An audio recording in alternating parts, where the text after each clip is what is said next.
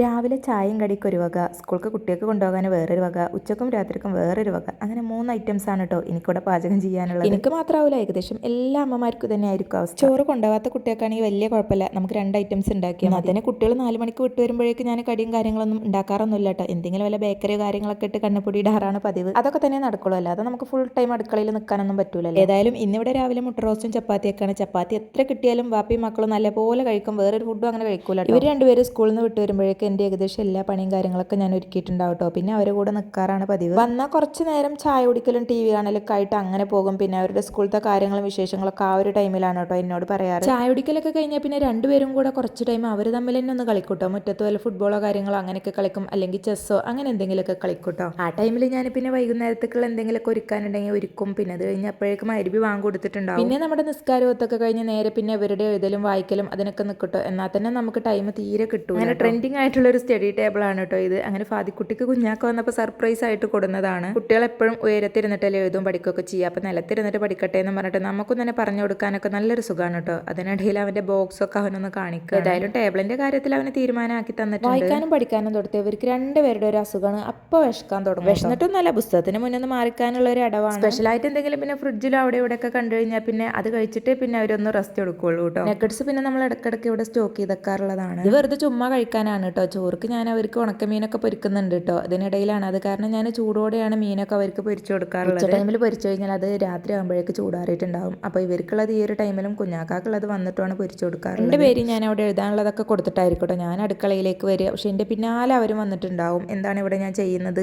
ആയോ ആയോ എന്നും പറഞ്ഞിട്ടോ ഒരു സൗകര്യവും തരൂല കേട്ടോ. അതിനിടയിൽ വന്ന് എത്തി നോക്ക പോലും ചെയ്യൂട്ടോ. എഴുതുന്നതിനിടയിൽ ഒന്ന് എത്തി നോക്കും, അല്ലാന്നുണ്ടെങ്കിൽ TV ഇട്ടിട്ട് അതിങ്ങനെ ഇരുന്ന് സൈലന്റ് ആയിട്ടിരുന്ന് കാണുന്നുണ്ടാവും കേട്ടോ. ഞാൻ വരുമ്പോഴാണ് ഇതൊക്കെ കാണുന്നത്. ഫാദിക്കുട്ടിക്ക് എഴുതുന്നോടത്ത് ഒരു നിക്കപ്പുറത്തില്ലായിട്ട് വന്ന് നോക്കുകയാണ് കേട്ടോ. അപ്പോൾ പച്ചയൊക്കെ എടുത്ത് കഴിച്ചൊക്കെ നോക്കുന്നുണ്ട്. അപ്പോഴേക്കും നമ്മുടെ സംഭവമൊക്കെ സെറ്റ് ആയിട്ടുണ്ടായിരുന്നു. ഇതിന് കൂടെ മയോണൈസോ സോസോ ഒക്കെ ഉണ്ടെങ്കിൽ ഒന്നും കൂടെ അടിപൊളിയാണ് കേട്ടോ. അപ്പോൾ നല്ല ചൂടുണ്ട് കേട്ടോ. അതാണ് വായിക്കൊക്കെ പല കോപ്രായങ്ങളും കാര്യങ്ങളൊക്കെ വരുന്നത്. ഇത് 1-2 കൊടുത്താൽ പോരാ കേട്ടോ. എത്ര കിട്ടിയാലും ഇരുന്ന് കഴിക്കും. പക്ഷെ ഞാൻ കൂടുതലൊന്നും കൊടുക്കാറൊന്നുമില്ല. എപ്പോഴെങ്കിലും നല്ല പൂതി വരുമ്പോൾ 1-2 പീസൊക്കെ എടുത്ത് പൊരിച്ചു കൊടുക്കാറാണ്. ഇതൊന്നും കഴിക്കുന്നത് നമ്മുടെ ശരീരത്തിന് അത്ര നല്ലതല്ല എന്നൊക്കെ നമുക്കറിയാം. അപ്പോൾ ഇന്നത്തെ ഡേ ഇങ്ങനെയൊക്കെ ആയിരുന്നു. ഇഷ്ടമെങ്കിൽ ലൈക്ക് ചെയ്യാനും ഷെയർ ചെയ്യാനും സബ്സ്ക്രൈബ് ചെയ്യാനും മറക്കരുത്. താങ്ക്